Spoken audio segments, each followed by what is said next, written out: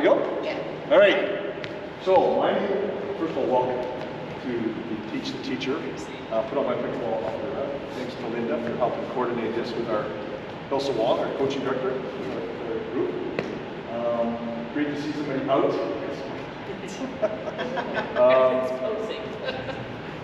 Understanding this is grade 10 to 12. Yeah. So so it's a bit little higher level. And also, most of you are Phys Ed teachers and some administrators. Yes. Yeah. So we're going to assume that you're pretty athletic, right? Not a case or something? We're old athletic. That's perfect. Yeah. We might pull a hamstring on the first. Oh, no, don't say that. Some of us. So one of the first things you're probably going to get asked by all the kids is, where did the name pickleball come from? I mean, that's one of the first things. I mean, I almost didn't want to play the sport at first. When I was battle coach invited me up. I said, I don't want to play that game just because of the name of it. Well, pickleball, was invented in 1969 in a cabin where a guy just cut some plywood out for his kids. He got a wiffle ball, lowered the battle court, and they just started playing. That's clash. And their dog's name was Pickle. So a lot of people think it was pickleball, right? So it was because pickles would always go run for the ball. But that's not where the name came from. Where the name came from is a pickle boat in paddling, like an 8, for example, 8 rowing, is when you bring a whole bunch of people, like you have extras from this boat, extras from this boat, extras from this boat. You all come together and make 8 and make one boat. And that's called a pickle boat, right? The same like with this sport. It's tennis, it's badminton, it's ping pong, play squash. So a lot of it is a whole blend of all the different sports. So like from the pickleball, it's called pickleball, right? So that's where the word pickleball came from. When it's asked, not bad. The sport has gone incredibly big. I've been the president of Pickleball Alberta. I just finished my term, 4 years, 2019. When we started in 2016, we had 170 players and 1 club. In 2019, we had 4,000 people and 20 clubs. Now we have over 10,000 players. Yeah, and 40 clubs. And I'm sure we've all played a lot of sports. I've never seen anything like this with the growth that we've had. And again, that's not even including yet the juniors. Again, our junior program is starting to explode. We actually have one of our juniors down in New Mexico playing in the open division and won a gold medal. So yeah. And yeah, obviously the demographic, our average age is 58 for our membership. Yeah. Still young. But I will say this, just make sure if you start the sport, get ready because it is consuming. Like I said, all of us play a lot of sports. I've never played one. I was a provincial badminton champion, low-level city champion in tennis, love curling, love golf, baseball. Nothing has taken me like this game has. It goes as far as you want. You can play rec play a lot. There's, I don't know, what do we got? About 8 clubs around, 10 clubs in our area here, Sean? Yeah. And again, a lot of times you're actually waiting for courts. They're still building. Sean's part of the Edmonton Volleyball Pickleball Center. You just don't, you're opening another one in the fall. In May we're opening up. Oh, it's May now? Okay, cool. And then I know there's another group of pickleball paddling hub. No, that's 2 facilities. And we're still at waves. It's a great game for a social part of it. You have a lot of fun. People laughing and all crazy shots. So, I'm going to pass it to Sean. And you're very lucky to have Sean with us today because he's one of the top coaches in Alberta, I can say in Canada. He's a hell of a musician. He's got great hands. Like he's got the 88s. You know the dueling piano thing? Oh yeah. He's the one. I can tell you. We recognize you. Nice. That's so fun. We know him, it's a dark memory that's suppressed. Both Sean and I are at NCCP Level 2 coaching, which is Sport in Canada recognized. Sean is also a provincial and national champion, I believe. Correct? Yeah, I am as well. You too? Yeah, but Sean's a very high level. Good stuff. All right, so I will pass it over to Sean, and yeah, let's have a great time. Awesome. Okay, just for me and for Kirk, go through names again. So Sonia, Linda, Cass, Matt, Leroy, Adam, Darian, Jose, Cindy, Sarah. So today we're gonna go through. And like some people have played a tiny bit, right? So we're gonna teach it kind of how like a full comprehensive intro. Because everyone's quite athletic, we're gonna speed through some things, but then talk about how you can break it down a bit more, depending on the students that you're working with, and kind of where they're at, making sure you're meeting them where they're at. But what we'll do today is the first full hour, we'll kind of be breaking down the rules step by step, learning them as we go, and then we're going to just get into gameplay. Because we'll get to like gameplay round robin. Yeah, we'll put down $50 and play for money.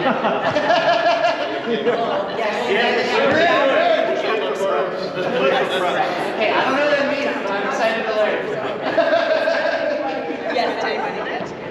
And so the nice thing about that is too, because lots of the rules will kind of get more, we'll get them into our body a bit more that we're just like in game, playing game and talking about them practically within a game, so that'll be good.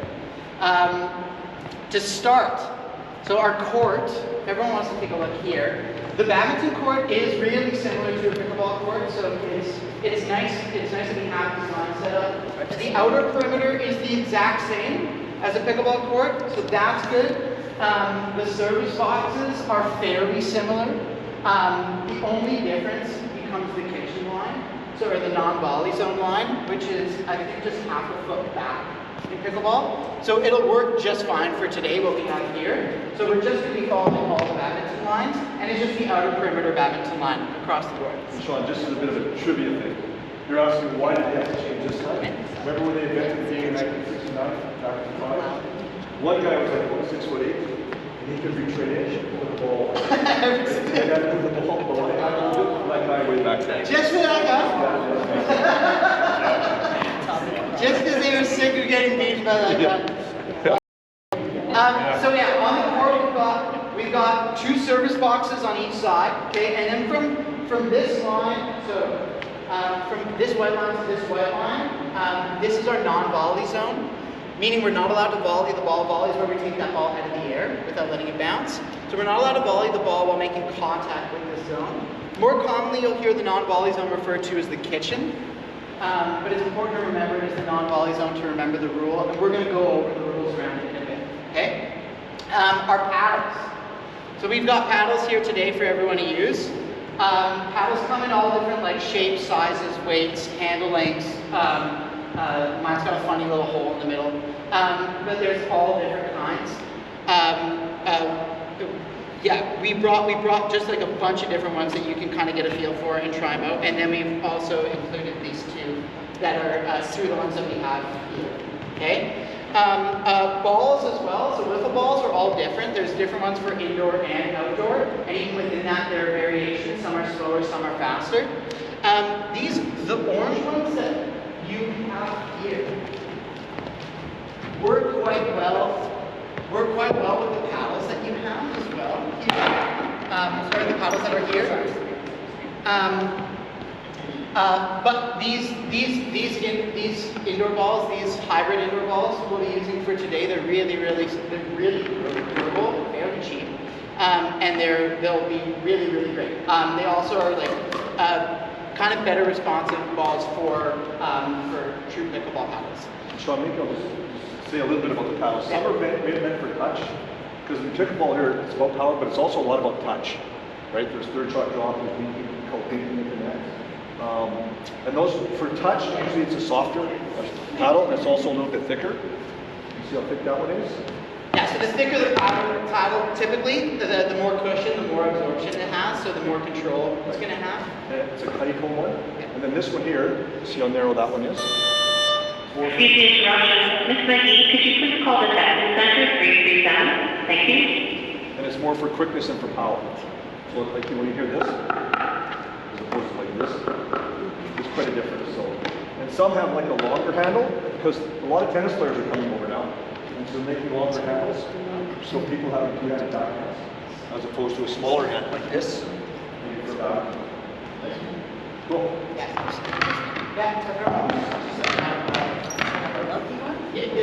No, all these are pro.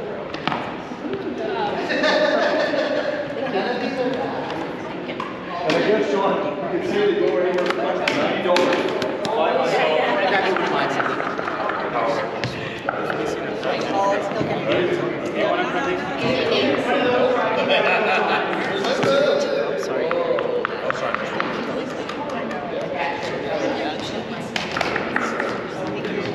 Awesome. Okay, so what I'm going to get us to do, for starters, we're just going to talk about grip. So in tennis, if you do have a tennis background, Cindy's so ready. I'm so excited to see what she's like on the court. There are different kinds of grips that you can use in the game. If you have a tennis background, you'll know different kinds of grips, forehand, backhand, all different shots.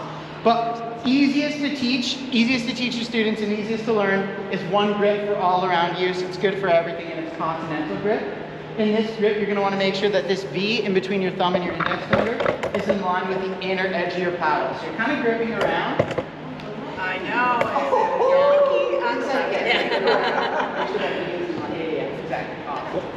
Awesome. Yeah. Perfect. So this is continental. In continental, our paddle is going to be slightly open when we're swinging through that ball. Ball's just going over the net, not too high, not into the net. Okay. Another thing you can do is what's called modified continental. It's same base grip, but all you do is extend your index finger along the edge of the paddle like this. Some people feel like they got more control. Yeah, Cass likes it. Let's get easier. Just make sure that this finger doesn't creep up along the back like this, because then you've shifted your grip. Backhand's going to be unsupported. Okay, so you want to make sure you're still in continental. That V is still in line. Okay, but you can add that finger along the edge. Okay? Actually, just for Sean, so he's not having to go back for what is it? Or just move over this way? Oh, sure. Just looking at one spot there. That's right. Yeah. Okay, now, in continental, when we're swinging in this game, for the most part, if we're just placing the ball, we want to limit how much wrist we're using. We kind of want this nice pendulum swing from our shoulder, because that way my paddle face isn't changing direction when I'm swinging through. I'm just gauging power from my shoulder on my swing. We get into using wrist when we're manipulating the shot. So if we're adding spin, okay, we're adding top spin, slicing, side spin, we're misdirecting, so we're looking at Jose hitting a different way, okay? Or we're speeding up the ball all of a sudden. We're going soft, and then we're flicking it in, okay? So when we manipulate the shot, that's when we're adding spin. I love it. Cindy's already on it, like already. Just taunting people. Just in people's faces. This is the best. Oh, this group is going to be way too fun. Yeah, amazing. Okay, but but when you're playing soft, when you're just controlling the ball, you want to limit that wrist and just swing from your shoulder, okay? I'm going to get everybody to practice this right away. I'm going to hand up balls to everyone. We're going to practice some ground strokes. Ground strokes meaning we're letting the ball bounce. So we've got our forehand, palm up, backhand, knuckles up, okay? For forehand ground strokes, what we're going to do, so we're letting the ball bounce. We're going to focus on swinging from our shoulder, okay? So just single hits. Up, letting that ball bounce, swinging from our shoulder, not using that wrist, okay? If that, hold on 1 sec. Yeah, sorry, Sean. The worst of that. Just like It's like the kids, eh? That's why I don't know the balls. I don't know what Kirk's doing here. Gave us too much credit. I know, I don't do this. Okay, so once that feels good, if forehand feels really good, you're then going to switch to backhand. So backhand, same thing. Okay, knuckles up, focus on swinging from your shoulder, lifting from your shoulder, not using that wrist.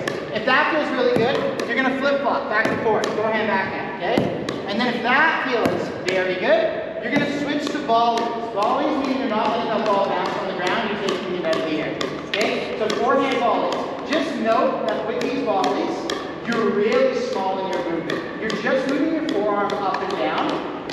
You're not using wrist, so really, really small movement. If that feels good, you're going to switch to backhand volleys. Backhand knuckles up, same thing. If that feels good, you're going to flip-flop back and forth. And then if that feels good, you're going to go edge to top. Okay? Okay, don't worry about that. That's a good. Waiting for it. So forehand ground strokes, backhand ground strokes, flip-flop. Forehand volleys, backhand volleys, flip-flop. Find lots of space. Find your own court space. And let's do this thing. Okay? Yeah,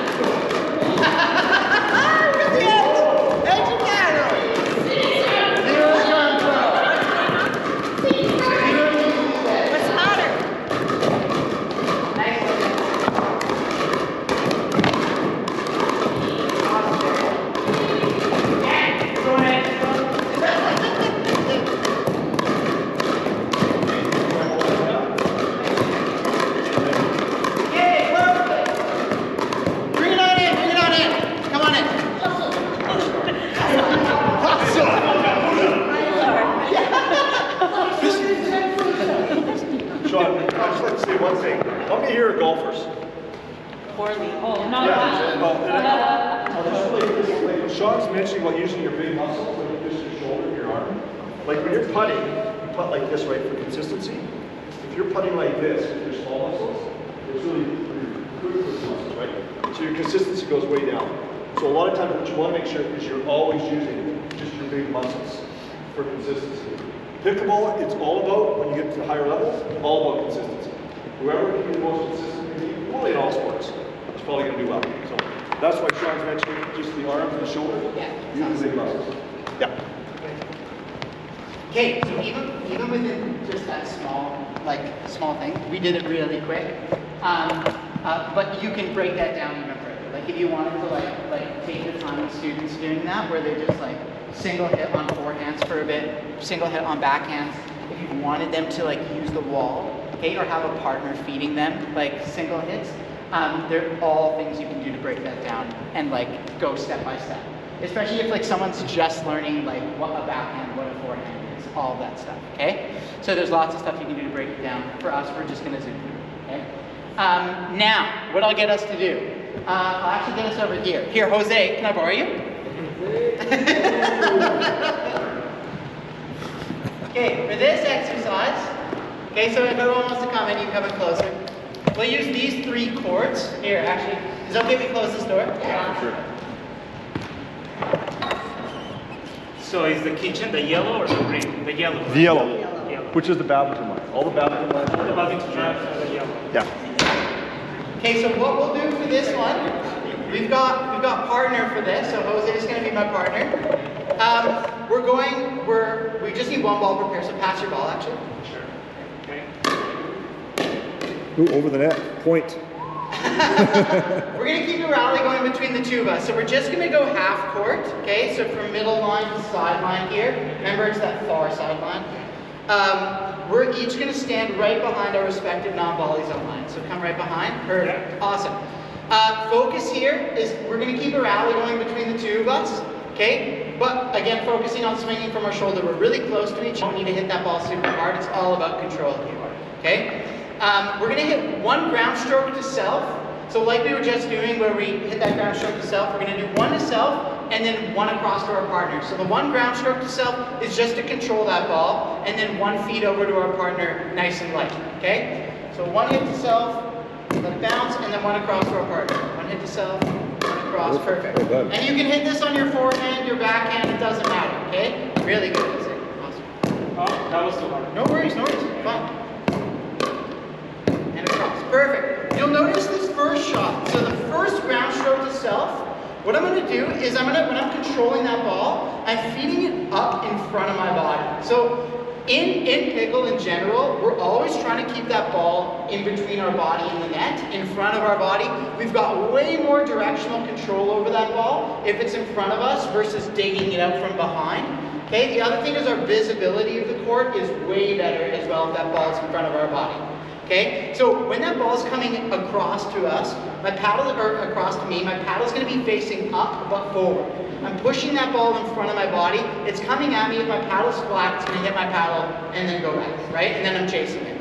So that first hit for control, we're pushing it up in front of our body as best as we can. Up in front. Up in front. Yeah, awesome. Really, really good. Nice one. Okay? Perfect. Awesome. Best volunteer. Awesome. Okay. So pair up now. So everyone in pairs. Either Kirk or I will be somebody's pair. But pair up, 1 ball per pair, 1 hit to self, 1 across. Okay? Just go this side. Just this side. Yeah. So we'll have Kirk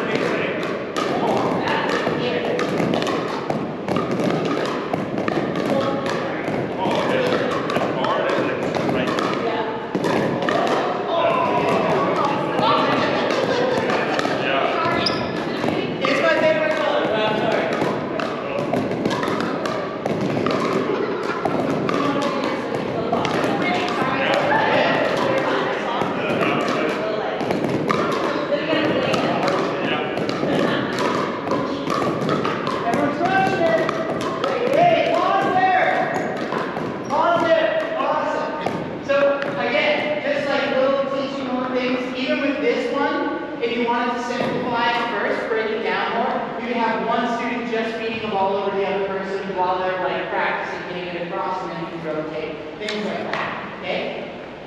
Maybe just, are you doing this again? We're gonna cheat. Good. One thing I would say is the pickleball is very light. Paddles are really light. In tennis, you usually need a big swing, right? The pickleball, you do not need that big swing to generate the power. So when you're doing it, like even when you're doing this, don't have big swings. Just keep it tight. And because again, the more things you have to do, the bigger swings. Sometimes you're late hitting the ball, sometimes your time is off early. So just keep the swing really tight. Yeah, 100%. Yeah, on the note of what Kirk's saying, whenever we're getting soft, we think little or no backswing, right? Just swinging from like, even like I'm just like in front of my legs or like in line with my legs when I'm swinging soft, right? When we're getting harder from the back, that's when we can have a bigger swing, or when we're serving, then we can think bigger swing, but especially up close, this close to the net, getting soft to each other, very little backswing. None, if any, okay? Now, in this one, here, Gary, are you ready for this? Okay, perfect. For this exercise, okay, so now we're going still single hits, or no, sorry, we're still going like just rounding back and forth between the two of us, but we're only going to go single hits. So we're taking away the ground stroke to self, no more hit to self, single hits back and forth. But one caveat, I really want us trying as best as we can to hold our ground at this non-volley zone line. Okay, so in order to make this possible for us to hold our ground here, we're now going to add in volleys. Because if that ball comes in deep, instead of letting it bounce, chasing it, I'm taking it out of the air now. Okay? But with these volleys, remember, pass your ball. With these volleys, remember that the movement is really, really small. Right? So all we really need to do is get our paddle above that ball and just guide it over a tiny bit using our forearm. But we're not hitting it hard. We're keeping that rally going nice and light between the two of us. So with these single hits, if that ball bounces shallow, we can still let it bounce. But if it comes in deeper, we're going to add those volleys.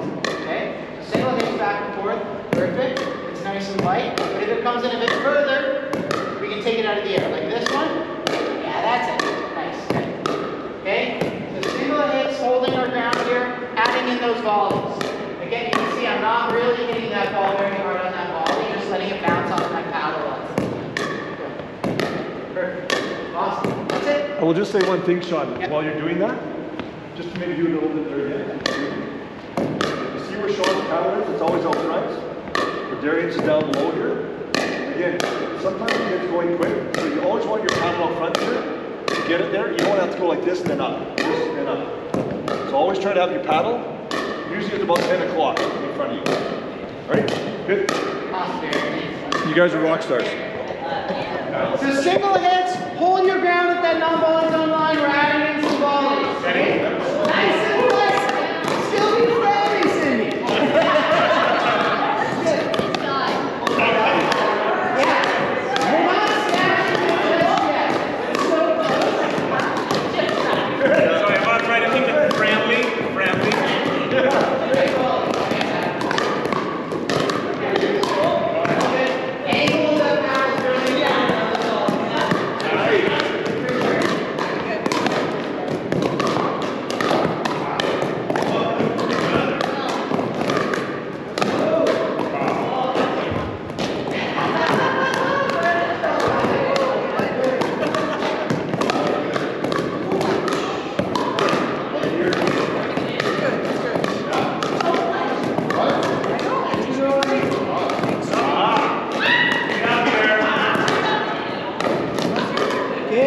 Really good.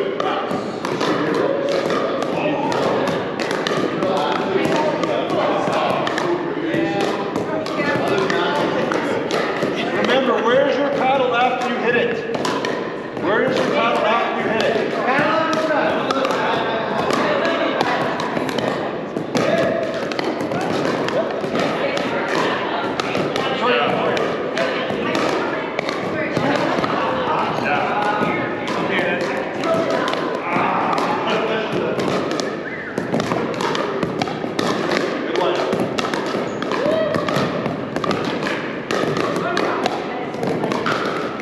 Even if it touches the net, you're still playing it, right?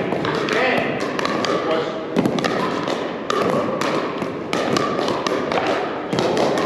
Okay, awesome.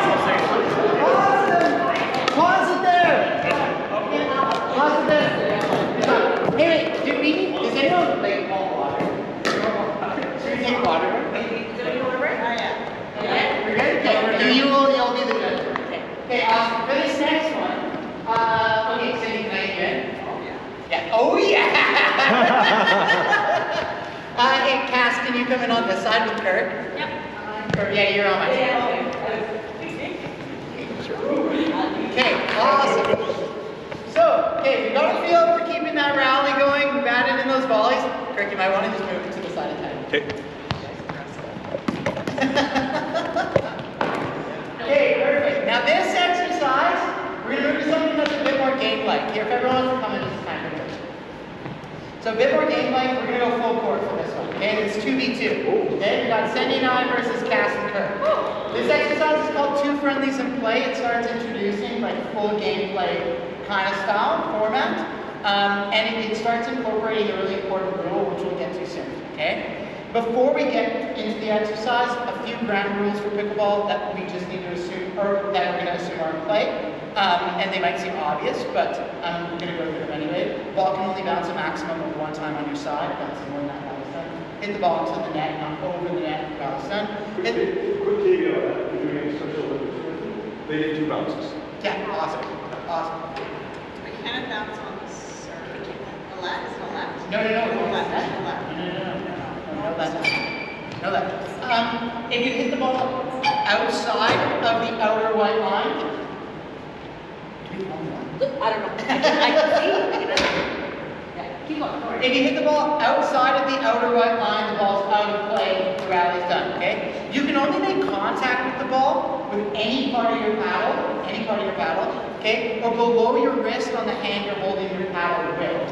So if it hits the back of your hand and goes over, that ball is still live. Any other part of your body though, the rally will be done, okay? Now, so those are some ground rules for pickleball we're just going to assume are in play in this exercise, okay? This exercise is called Two Friendlies in Play. What that means, so the first 2 shots of the rally have to be nice and friendly like we were just doing, okay? Nice and friendly, we're going to have to let them bounce. I love you, I see where this is going. I love it. For the first 2 shots, nice and friendly, we have to let them bounce. We're going to hit a friendly ball over to you two, okay? You have to let it bounce. You're going to hit a friendly ball back over to us, we have to let it bounce. Then we're no longer friends, okay? It's game on after those first 2, okay? So, first 2, nice and friendly, and then it's play on. We can hit the ball a bit harder after that, we can lob it, we can hit it through our legs, behind our back, no look, okay? Then, Cindy just like look away from the ball, okay?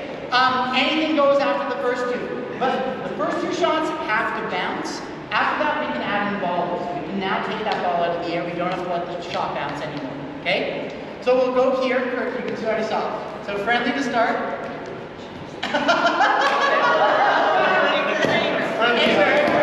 I love it.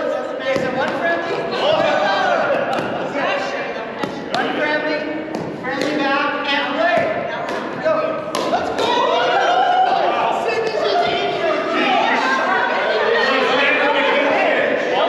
Keep your ball. Keep your ball.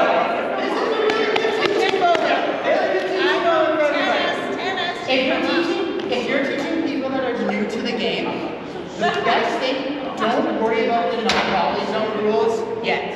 The most important thing is that they are getting closer to the net, okay? Because in pickleball, it's such a huge strategy to get up close to the net that I would rather encourage new participants to get close than to worry about stepping in the zone, okay? So for now, yeah, Cindy, you hunt them down in that zone, okay?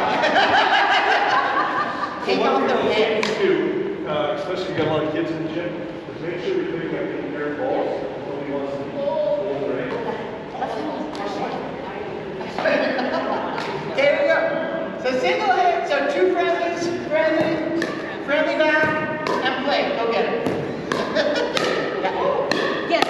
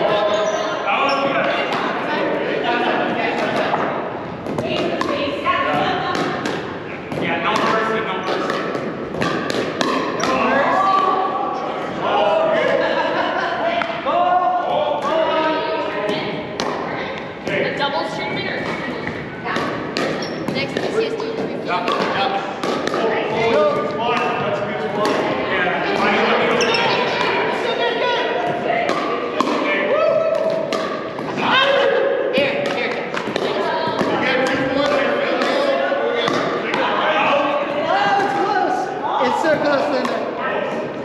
Good shot, good shot.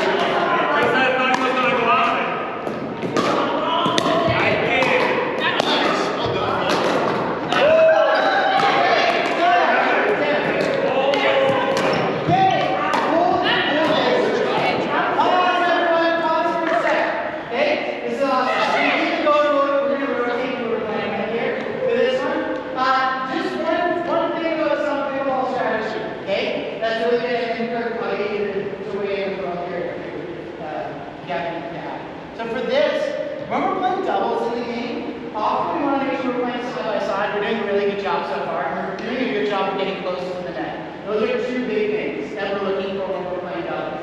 So side by side, not front and back, because the ball doesn't bounce in a tennis ball, it just does, okay? And when we play side to side, we're able to kind of cut off the angles for our opponent quite a bit. If we're moving side to side together, moving up and back together. The closer we get to the net too, the more we're cutting off the angles for our opponent. But also, the more opportunities we get to smash that ball with better clearance over the net. So in the game, one of the biggest things is to get as close to the net as we can and as quick as we can. Okay? It's even kind of battling to get up to this line and then get good attacks from this spot. Your attacks are going to have way better clearance over the nets and then you move way back to it. Okay? Also, you can give the opponent way more court to play with the further back you are. So the more you're up close, the more you're able to take that ball out of the air, cut off the ball, and then attack down. The other thing too, so in this exercise, what I'd love to see people do more of is after those first two shots, get right up to the line. Get right up to the line and get used to playing from here. So even when we were doing that earlier exercise that Derry and I were doing, where we were just standing here, hitting single hits back and forth, but then adding in those volleys, that's where you're going to hold your ground here, is adding in those volleys, control, trying to keep them low over the net, but then also attack and when it comes in very high. Okay? Anything to add? Yeah, just, I like to say, Sean, when I'm playing with my partner, and just doing something change around, I mean, we're stuck or something, as I always say, let's own the line. Really own this line. What we want to do, if we want to own this line, that means we don't want them to. So we want to try to keep them back, right? And just put another point, was a good question, was they asked me. Like if the ball goes click, and still goes over man's head, that's still legit, right? So you kind of call it scoop in the old days of badminton. That's okay here. As long as you get sitting here, all the way through, it's still good. And one motion. Yes, one motion, yes. Awesome. Okay, so in this one now, same exercise. I want everybody after those first three shots to try and push up to this non-volley zone line and kind of hold it down as best as you can. Get used to playing from the line. Here, Evan, Sarah, can I get you to rotate down? Okay, then just shift over. Cass and Matt, can you shift over? Here we go. New opponents. Bring them in. Bring them in.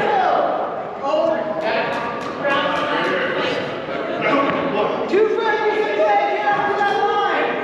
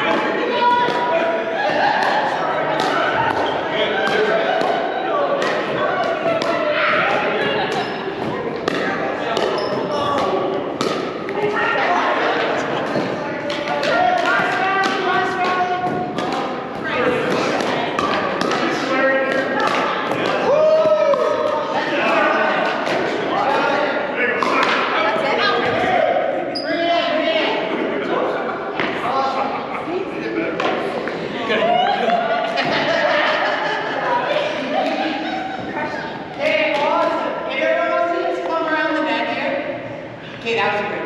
Everyone's doing awesome. This is stellar. Everyone's doing great. Yeah, I love it.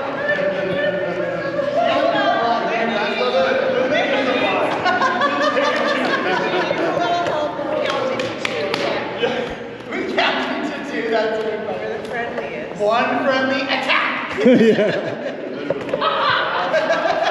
to count out loud. 1, 2, see? Okay, awesome. So yeah, I'll wait for Linda to go over stuff here.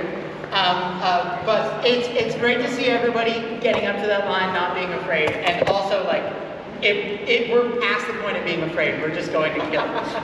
It's really, really good. Now, the interesting thing is this zone though, so this zone, we touched on it earlier, it's called the non-volley zone, meaning we're not allowed to volley the ball while making contact with this zone, okay? So it does stop people from standing right here, smashing that ball.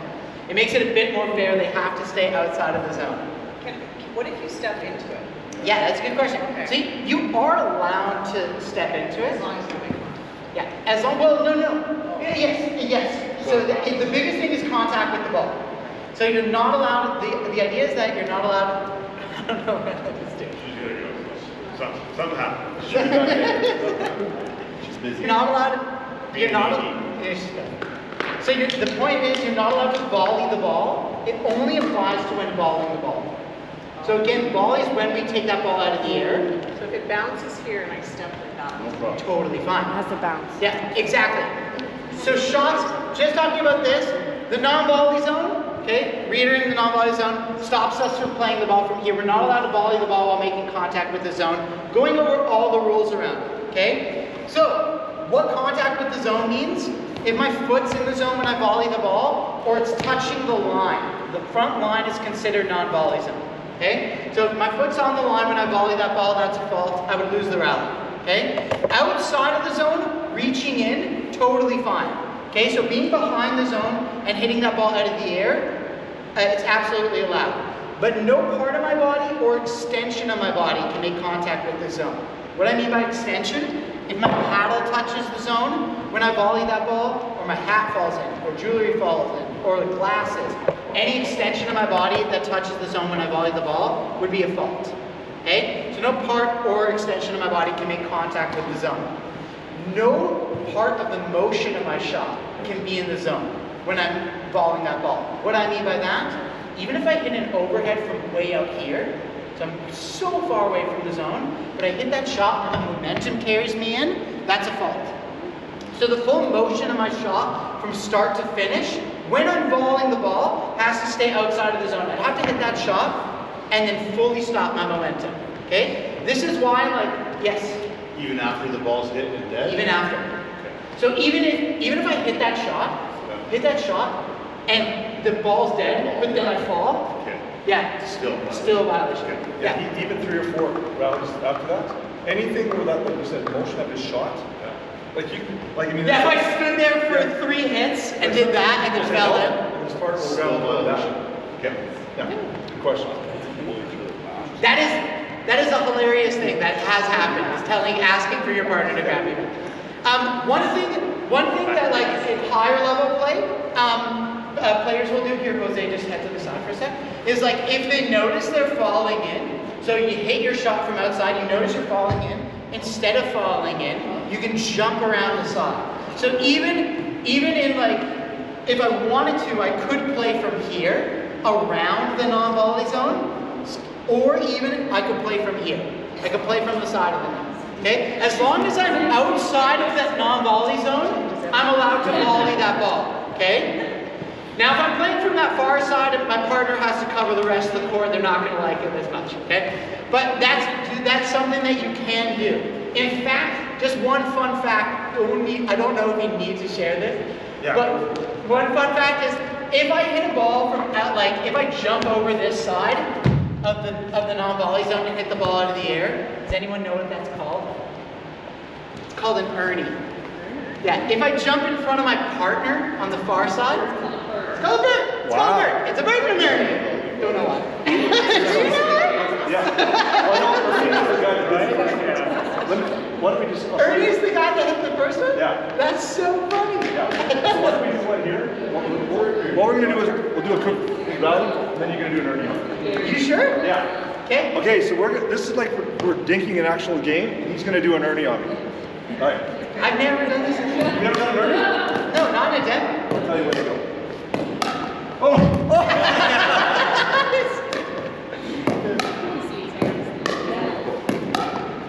Yeah. So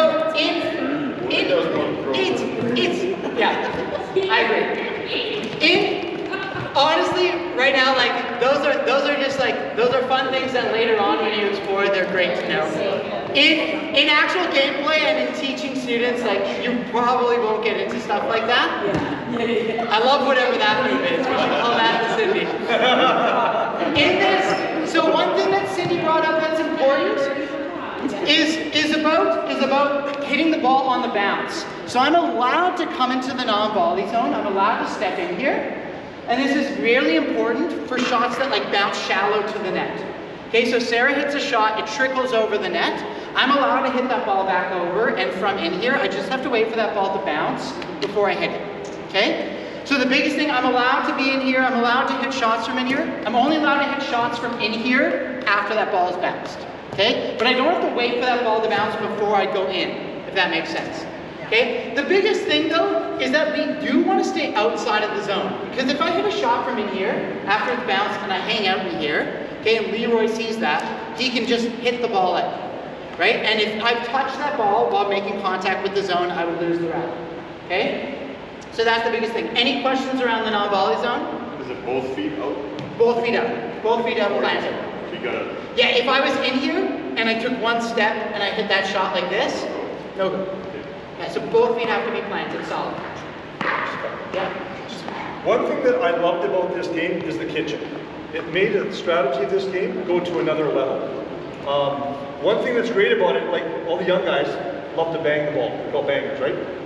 If you can get them to the net and keeping the ball low, if it's not high, they can't attack it. I've seen 60-year-olds beat 20-year-olds because they play the soft game.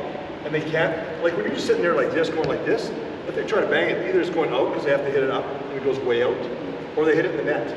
It just neuters power. With this kitchen, like no other, like badminton or tennis does not have that. Right?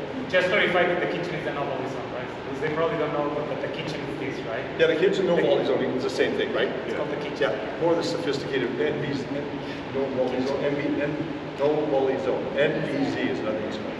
One other thing about the kitchen there is that we talked about falling in. I was actually called on this in a tournament where I guess I had my foot like this, and I went up and I smashed.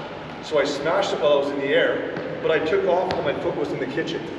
So I had to reestablish my feet and then done that. So it's quite interesting the different things with that kitchen, but it's a great part of the game, that no volley zone / kitchen. Yeah. Yep. Awesome. No other questions around the non-volley zone? We're good? Okay, perfect. Everyone come on over here. So if everyone wants, this one just come on over to this side. This side just right here. Okay. Oh, wait. Yeah, stay there. That's perfect. Now face me. Awesome. That's a level, sir. This is good. Perfect. Stay. Perfect. Awesome. Here, Jose, if you want to just come on this one. Okay, we're just going to go over serving quick. Okay? The serving is the way that we start every rally. The serve is the only shot in the game that has a restriction on direction and placement. So the serve has to go cross court, land in the cross court service box. Any other shot can go anywhere, land anywhere. Okay? So when I'm serving, I need to land this ball in that service box, cross court. So it's going to clear the non-volley zone. If it lands in the non-volley zone or hits that front line, which is considered non-volley zone, my serve would be short. So I'm serving from behind my service box. Just need to land that ball in the cross court service box. Okay? When I say behind my service box, my feet need to be behind the baseline, in between middle and sideline. So directly behind my service box. Okay? There are two main ways that we can serve. So the first one's the one I just did. It's called the volley serve. It's the volley serve because I'm not letting that ball bounce. I'm hitting it out of the air. Okay? So volley serve. With the volley serve, there's a few rules around it, and there's a really easy way to remember it and to explain it. But I'll explain all the rules first. When I make contact with the ball, the ball has to be below my waist, okay? It's got to be an upward swing, and my wrist has to be above the head of my paddle. So I can't have my paddle like this. That's a lot to remember. If you want to remember one thing and teach one thing, it's that the volley serve has to be underhand, okay? So volley serve, underhand, way easier to remember, way easier to teach. Volley serve, underhand, swing, okay? The other way that we can serve is what's called the drop serve. With the drop serve, I release that ball. After it's bounced, I can swing and make contact with it, okay? With the drop serve, the rules about wrist, above paddle, below waist, none of that matters on the drop serve. I can hit the drop serve however I want, okay? The one rule for the drop serve is that I can't add any momentum to this ball. So I can't bounce it down, I can't throw it up, okay? It just has to get let go from my hand. I'm gonna release from high though, so that I have a higher bounce and I have more time, okay? So drop that ball, just let go from my hand, swing, come through, okay? With the drop serve, one thing I recommend is that you already start with your paddle prepped back so that you're not dropping it, then winding up and then swinging. It takes away time from your head. You just release that ball, come through, okay? If you want to add more power onto your serve, where it comes from, this is where we get to hit hard, okay? This is where we get that big swing and we get that full body rotation. So this is what's gonna like really drive our serve if we want to hit hard. Is we can now start in our like sideways stance, rotate our body through, drive our hip forward as we're swinging hard. So the swing is what's leading the way. I'm thinking of really hitting that ball, okay? Swinging from my shoulder again, but then I'm rotating my body through, driving my hip forward, okay? So two main ways of serving. If we're just going from that, two main ways. We've got the volley serve out from the hand, underhand, drop serve, release that ball after it's bounced, come through and hit it. Any questions? Yeah, if it touches the net, it's still good? Yes, Cindy asked that earlier. Yeah, so yeah, there's no, if my serve hits the net and goes into play, okay, whenever the ball hits the net, goes into play, it's always play on. So as long as my serve hits that net and lands in the service box like it's supposed to, then it's good. Not on the kitchen though. No, if it hits the net, rolls into the kitchen, that's a fault, okay, because my serve is short, okay? Awesome. Well, should we get a second serve? You do not. The game is ruthless. You don't get second serves. It's one and done. That's it. Yeah. If you're teaching students, one thing I love to do is say when you're playing for the first time, playing in your game, do redos on serve. Because serve is maybe one of the trickier things to get because it's got those restrictions in place. So I just say let them redo serves for like the first while, and then get used to just like rotating off a serve if you miss.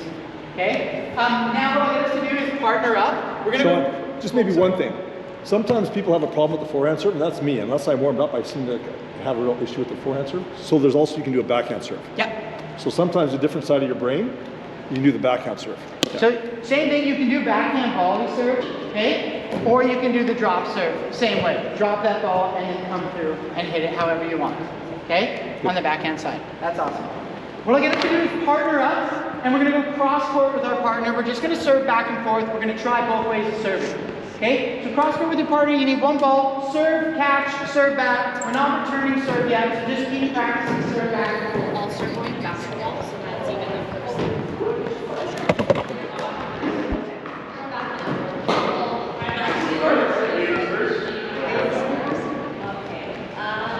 Okay, Cass is gonna go, so actually we'll buy basketball. Yeah. Yeah, cross court. Cross court. So yeah, so you don't have to mess with our side.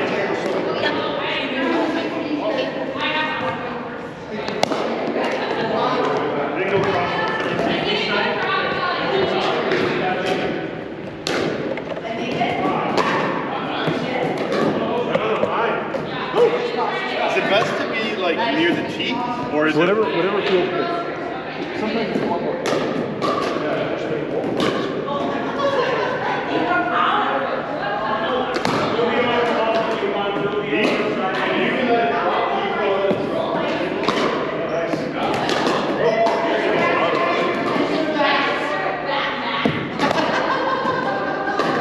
Feel safe with your serve. You're a little close to the side.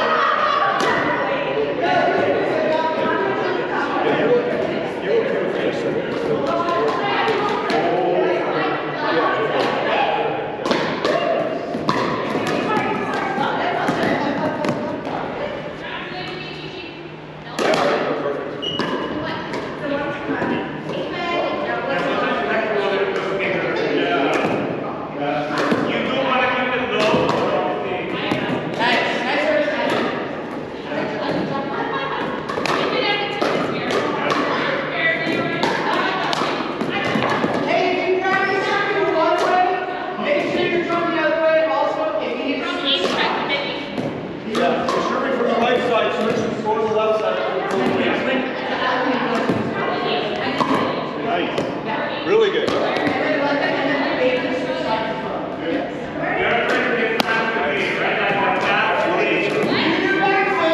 feels like it's going fast. Yeah.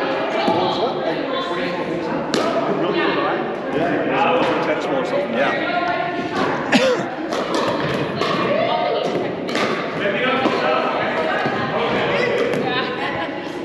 Adam, did I give you one? Nice. One of those here. Send me.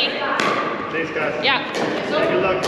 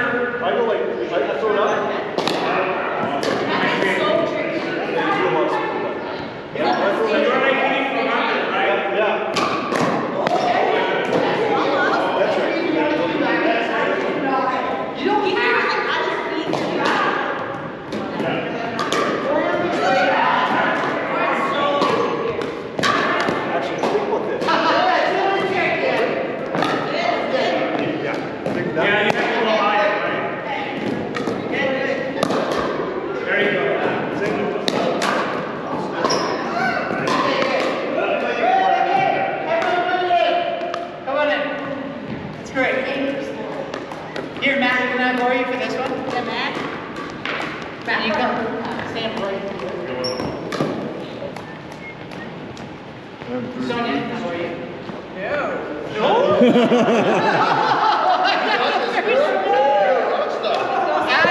Adam, can I get you over here? Okay, perfect. Okay, so, serve was the first shot of the game. Interesting thing. So when we're receiving serve, we have to let the serve bounce. In fact, remember our exercise, the two friendlies in play? First two shots had to bounce, they were friendly. It's an actual rule in the game. First two shots of every rally have to bounce. Have to bounce. Cindy, you got that? As I tell Cindy. You're helping out. You're being super nice for collecting balls. The first two shots of every rally have to bounce. Now they do not have to be friendly. Okay? So the serve doesn't have to be friendly, return to serve doesn't have to be friendly, but we have to let them bounce. Okay? One thing to note, if I'm receiving serve, okay, so serve is coming into me here. If I'm receiving the serve here, it's in my best interest to stay outside of the service box. Because if I'm standing here, okay, and Sonia's serving into me cross, okay, the serve lands there, I'm screwed, right? I'm now chasing a ball backwards, hitting it back, right? It's always best, like we did in that beginning exercise where we were trying to keep that ball in front of our body. It's always best to keep that ball between our body and the net. So it's in my best interest to stay outside of the service box when I'm receiving the serve, to let it bounce in front, move into it, okay? The same thing applies to when we're serving. If Adam and Mac are serving to us, okay, You serve, we have to let your serve bounce. You have to let our return bounce. So after you serve, you don't want to rush forward for the exact same reason. You don't want to get caught too far forward and my return goes behind you. Okay? So one thing that we say off the serve is serve and stay. Serve, stay behind the baseline, wait for my return to come over before you move forward. Make sense? Awesome. One thing I like to say with that, Sean, is when first year I played softball, my coach said, when I was playing field, he says, is it easier to run forward or easier to run backwards? So I can remember there was one guy that said, I think they never hit it as far, so I went way in. And I'm running backwards like this, but if I was farther back, it's much easier to run forward. So like Sean said, like make sure if there's anything, you run forward to get it if it's short, because when it's back here, your feet, it's tougher to go back than this in front. So always be on the side of caution and be back as easy to move forward. Totally. Yeah. Good. Awesome. Hey, son, here, you come on. Perfect. Now, we're going to get into scoring. Okay? The scoring's the last component. Okay? We got the serve and the return, they both have to bounce. Okay, so first 2 shots have to bounce, after that we don't need to let another shot bounce. We just have to worry about the non-volley zone, not making contact with them. Okay? But scoring's our last step here. Games can be played to a lot of different things. There's different formats for this game. Games played to 21, 15, 11, 9. Most common though, is our games to 11 win by 2. Okay, so that's the format we're going to learn today. Games to 11 win by 2. In this format, you only score points on serve. So when you're serving, you're looking to win rallies to score points. If you're receiving serve, you're looking to knock the other team off their serve, so that you then get the chance to serve and score points. Okay? Because we got 2 players on each team, we're each going to get a chance to serve and score points. So I'm going to keep serving as long as we're winning rallies, and if we're serving and winning rallies, we're scoring points. Okay? I'm going to keep going, keep serving as long as we're winning rallies. As soon as we lose a rally on my serve, then we lose 1 serve. Now Sonia will get the chance to do the exact same thing. She'll get a chance to serve, win rallies, score points, okay? Once we lose on our second server, then it goes to the other team. So you have to get through both servers before you get the ball, okay? Even on the first. Nope. Now Cindy says, so good. I swear she's played. So with this, when we go to serve, we have to call the score before.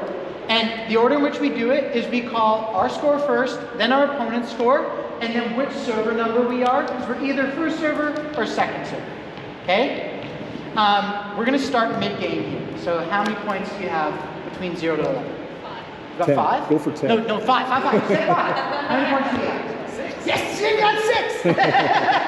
Okay? So the score is 6-5. Yes, Sonia. Okay? So in this, score is 6-5. Okay, so 6-5 for us. We're gonna we call our score first, then our opponent's score, and which server number we are. Whenever serve comes in, it always starts in on the right side. So whoever's on the right side when you get served will be your first server this time around. Okay?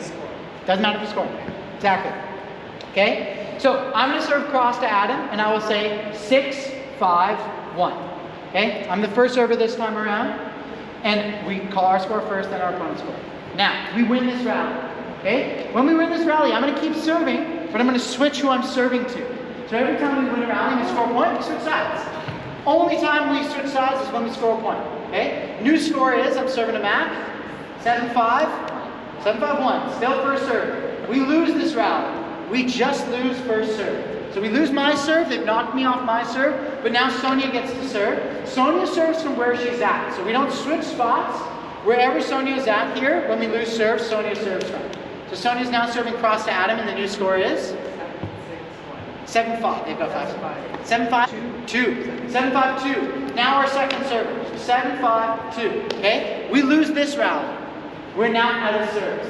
Okay? They've kicked us off first serve and second serve, so it's going to go side out now to the other team.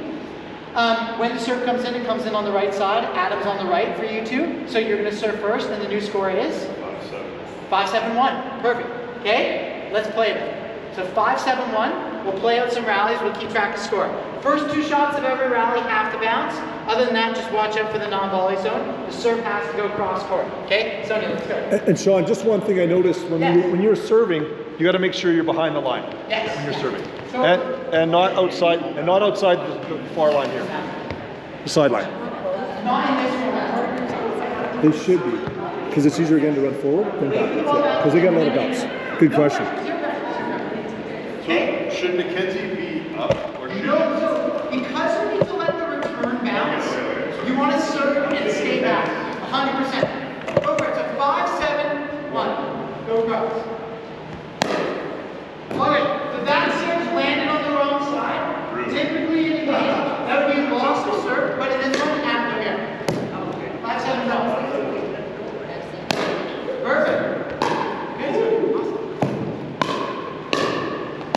Woo! They move around. Now, they move around. Adam was serving.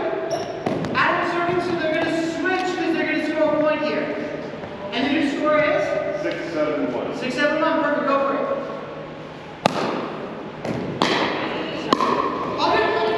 Exactly. The second shot didn't bounce, so they would lose that rally. Okay? They lose that rally, they lose 1 serve. So now it's going to second server. And Mackenzie serves from where she's at. The new score is? 6, 7, 2. Perfect. Go for it. Good. Awesome.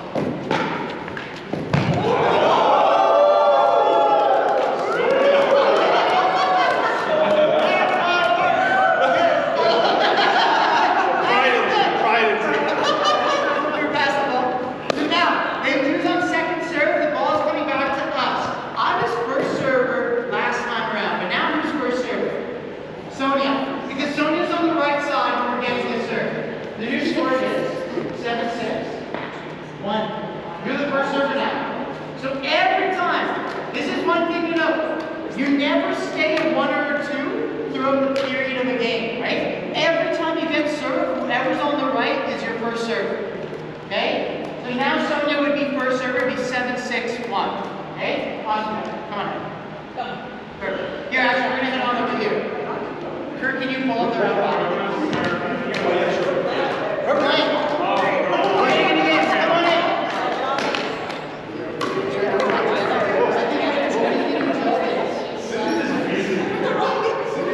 Killed it.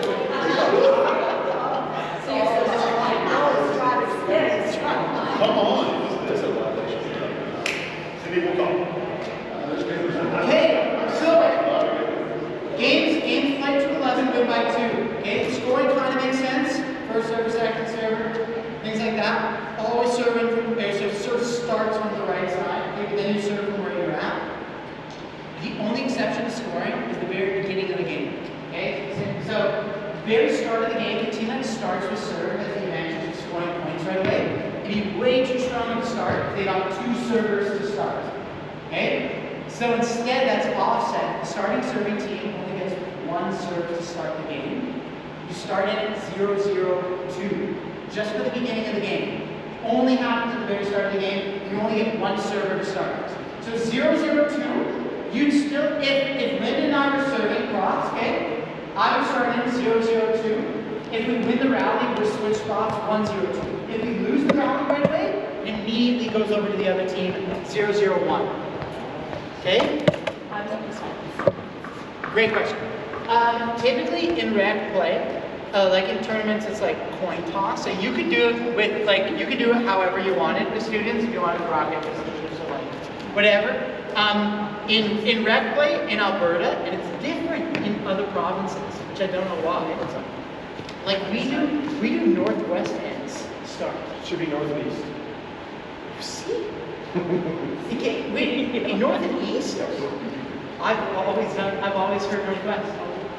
And then, but then in Manitoba they do different. Is that right? Yeah, they do like south side.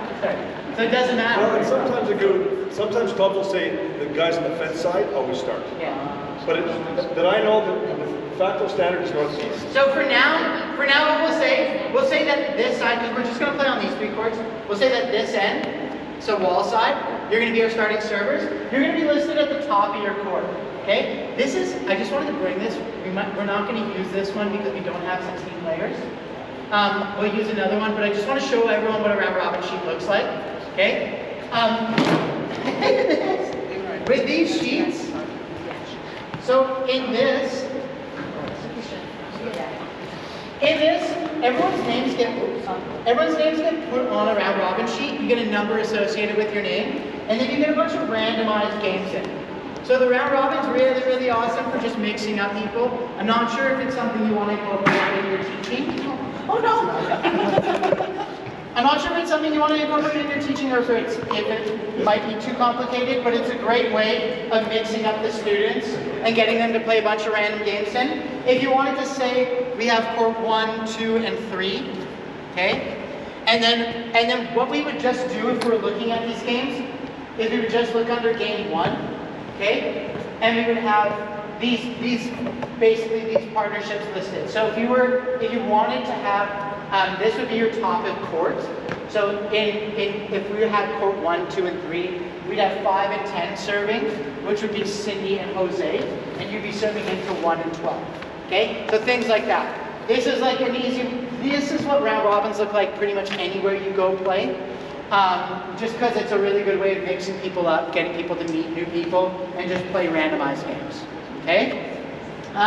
If everyone can remember their number, so for this, we'll use a different round robin, and we'll get everyone to remember their number, and Kirk will assign everybody courts. Okay. And I just want to say one other thing here about pickleball.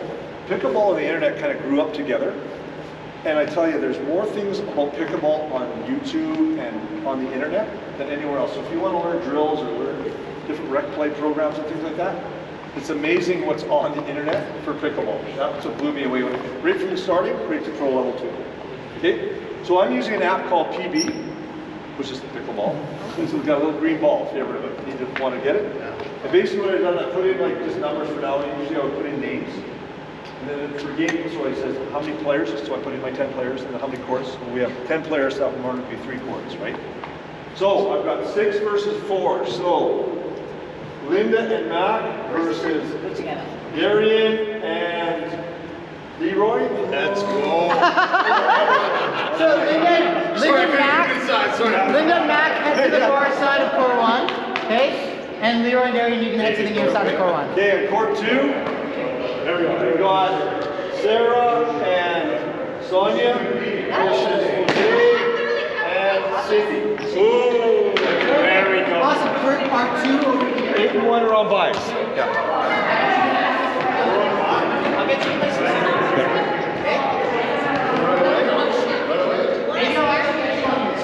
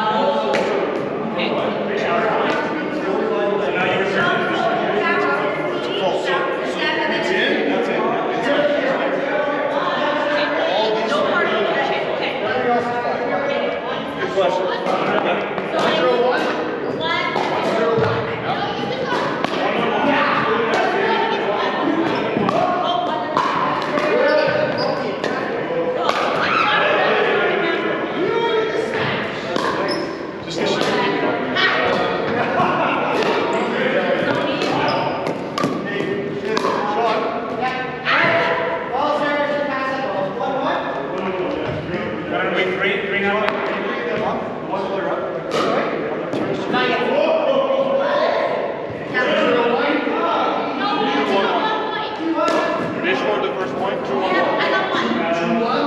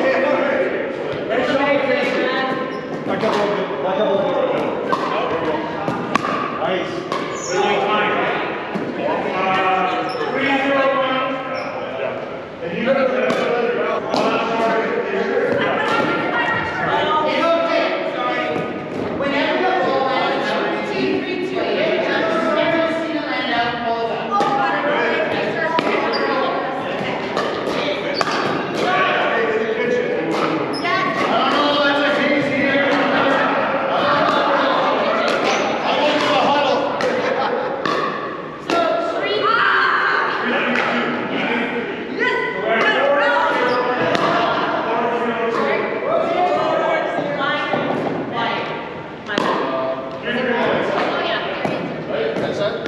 Yeah, very good. 5-0. 3-1.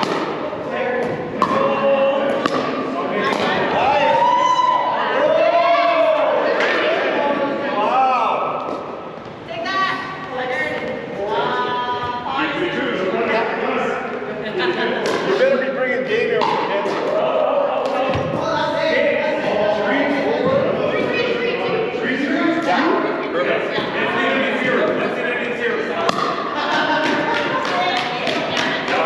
Nice, really good.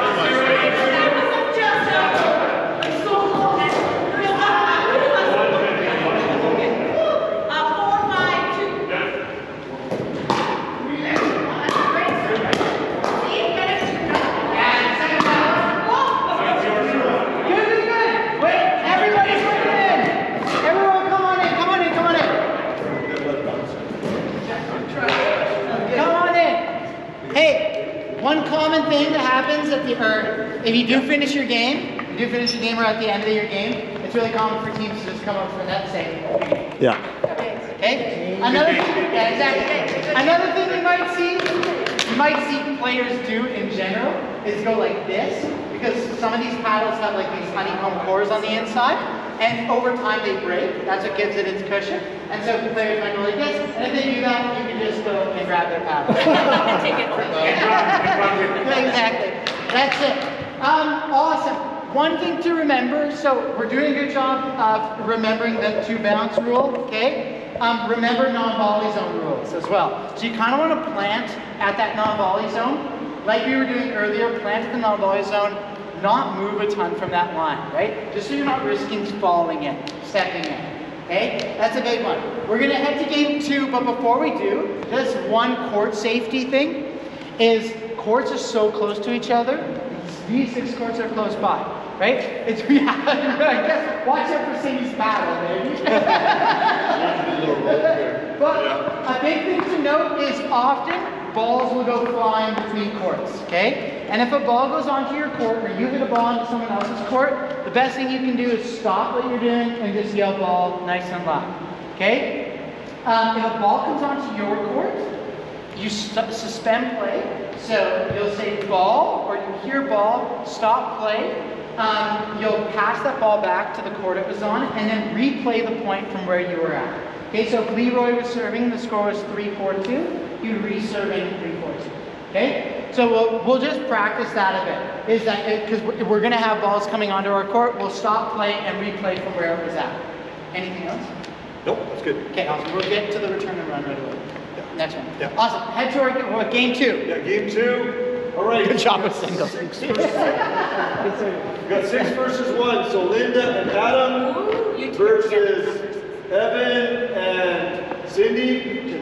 Court 2, we've got Matt and Sarah versus Sonia and Leroy. 2 and 10 are on mice.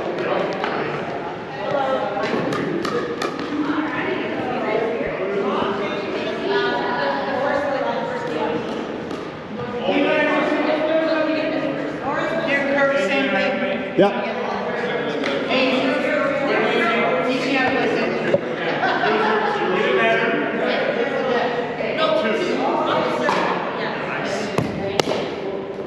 That would have been in.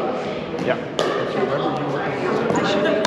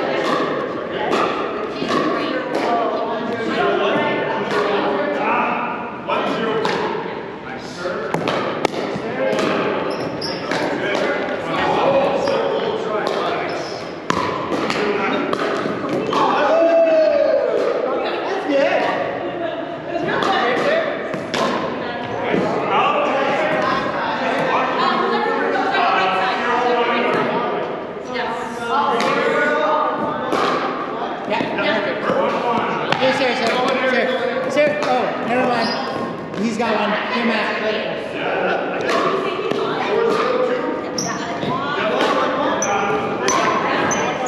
Wow, nice return, Matt.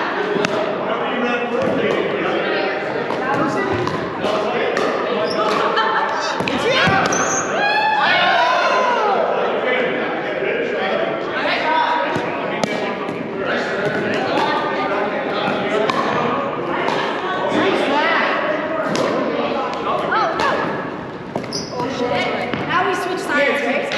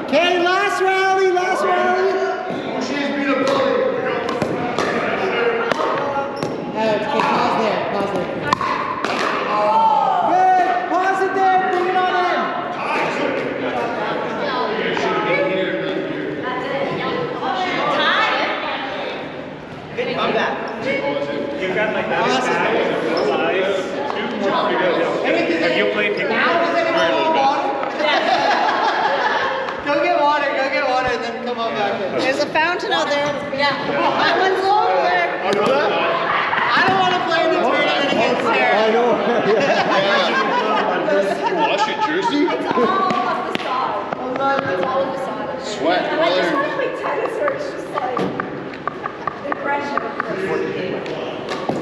Volleyball, baseball, a little clutch and things, right? And just love it. Right. Whatever, right? Yeah. So it's my first year here at St. Ed, or St. Joseph, I know. Right. So for the last 17 years, I was over at St. Ed. So I ran a sports academy there. So it's called the Recreation Academy, so multi-sport. So yeah, so like 200 kids would leave the building every day, doing something. Right. Going to do pickleball, going to rock climbing, going to kayaking, right? So it was awesome. I started the program in 2008, and now we're there's 200 kids, and it's going awesome. But I just needed to change. I still love it. Sure, I didn't have to leave. No, but do something different. So, okay. Yeah, it's been amazing. How about yourself? Born and raised here, or No, well. Okay. Yeah. Yeah, we're going to this January 19th. Yeah. It's a good spot, huh? Especially when the weather extends like this for us. Oh, yeah. I'll double check. I had no idea. You are? Okay. There are so many trails. And biking trails too. Yeah. Biking trails in and out of those bushes that extend from where you're going. It's amazing. We are. Hey, everyone wants to come on in. Come on in. We're just going to talk about a few things before we get to the next game. Okay? Yeah, absolutely.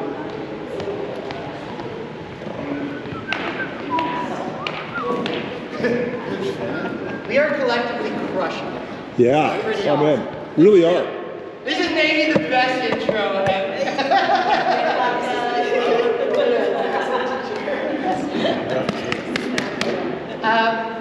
Okay, so some things to note. Outballs. So we had like sometimes we had one instance where we played a ball even though it was out. And I'll say this, we're responsible for calling outs on our side of the court. In tournaments, there's like referees that are assisting with out calls. But in just rec play, we're responsible for outs on our side. Let's say a ball lands out. So a ball lands outside of the line, and I hit it, but I saw that it landed out. Even though I played that ball, it's out. Yeah, it's out. Even though I hit that ball, as long as I saw it, I can stop the rally right away. I hit that ball, I saw it was out, rally's done. This happens in tennis all the time, where like players will hit a ground stroke that lands out, they hit it, the line judge yells out, the rally's done. Okay? So as long as someone has seen that ball land out, you make that out call right away, the ball's out. But a ball that's in the air, so a volley. Great question. So no. So yeah, let's say a ball's like going out, it's in the air. So ball's 100% going out, maybe this way. But I don't know where I am on the court. I just play that ball just in case. So I hit that ball back, okay? That ball was 100% going out, but yeah, because it didn't land, it can be called out, it's still live. Yeah, so a ball that's going out but it's in the air, we take it out of the air, that's still in play, okay? But it's really important to know that like, even if the ball lands out, let's say I'm over top of the ball. So like, I'm right here. That ball lands out, I can't really see it that well, so I play it just in case, but my partner, Kirk, is over here, and he sees that that ball's out, he can stop the rally, say out, rally's down. So as long as anybody on the court has seen that ball land out, that ball's out, that ball rallies down, okay? That's a big one to know.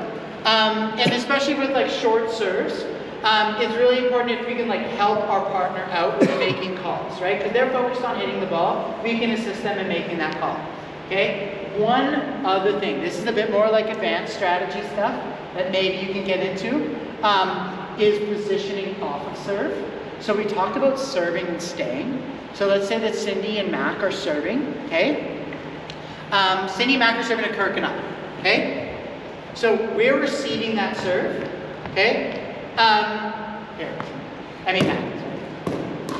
So Mac's serving cross to Kirk, okay? They have to serve and stay, because they gotta wait for Kirk's return to come over, and it could come over to either, right?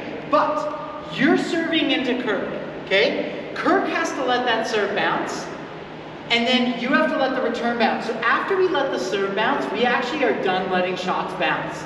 So one interesting thing is on the return, I can start already up here. I can start here because once Kirk lets that serve bounce, we're done letting shots bounce.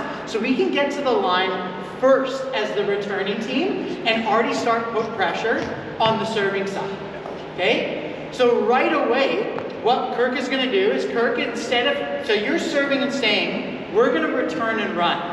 So Kirk's gonna return that ball and run up immediately, and we're gonna already start putting pressure on you. Can we actually show this? Should we move your camera? Sure. Put this over here.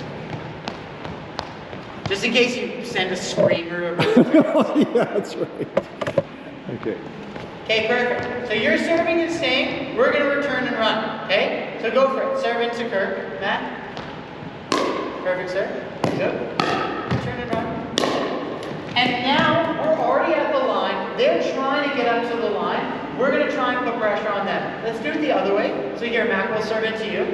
Okay? So Kirk's gonna serve into Mac. Cindy, you're already up at the line. Mac, you're gonna return that ball and you're gonna run up, and then you two are gonna just like be the scariest people at the line. Okay? Go for it.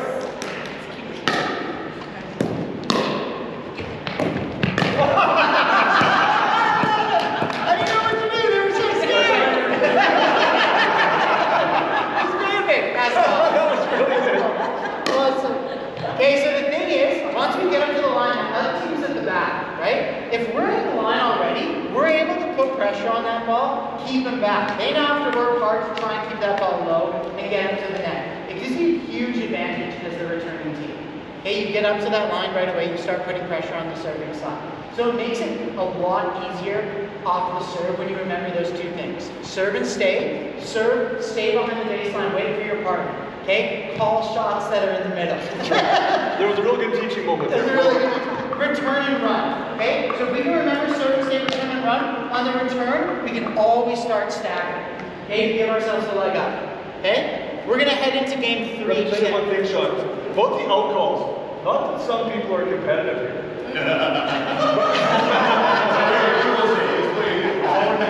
But you call your side of the net, the other team calls their side of the net, right? You can ask them if you want, if you weren't sure, did you see it? I would say. But always, whoever makes the call, it's their side of the net, right? But that's important because you don't, no, that ball was in. No, it was out. No, whoever made the call on that side, it's their call, right? That solves a lot of good. Not that we're always competitive, but we can get a little heated. All right, good. Thanks, Sean. Sonia, she's very aggressive.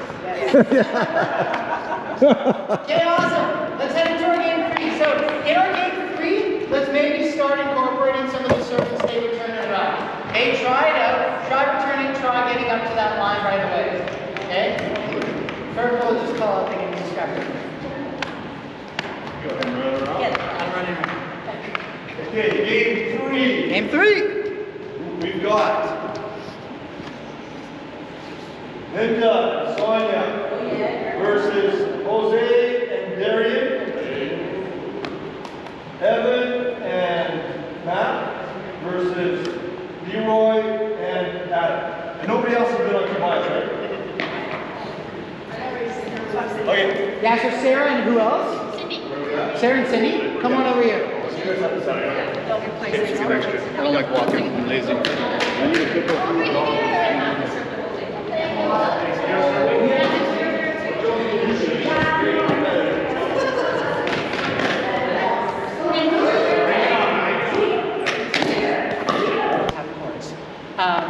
The other places will have gear as well that you can probably demo and borrow.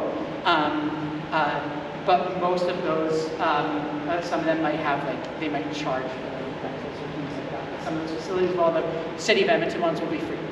That's pretty much it. I think that's all I can think of for a full breakdown of the intro. So thank you all so much. Thanks for participating today. Yeah, thanks for having us. So great meeting everybody. And in terms of paddles, paddles and things to use. So some of the paddles,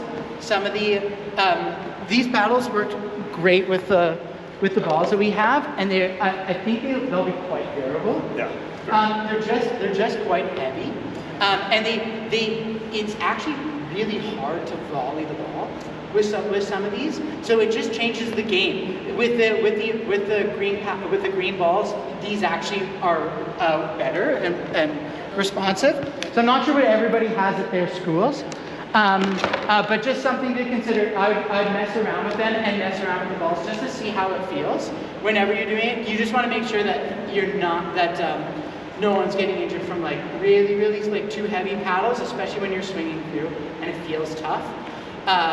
Because you'll notice that a lot of these paddles are quite light, right? Quite light, easy to use, easy to maneuver through. Yeah, that's all. Yeah, the only thing I'd ask, maybe Linda.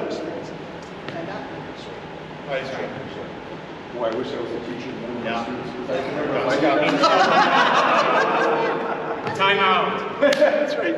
Is if you could maybe get a group just evaluation or some notes that that you thought was worked well, also some ideas that for improvement. Like again, we always like to do the whole thing.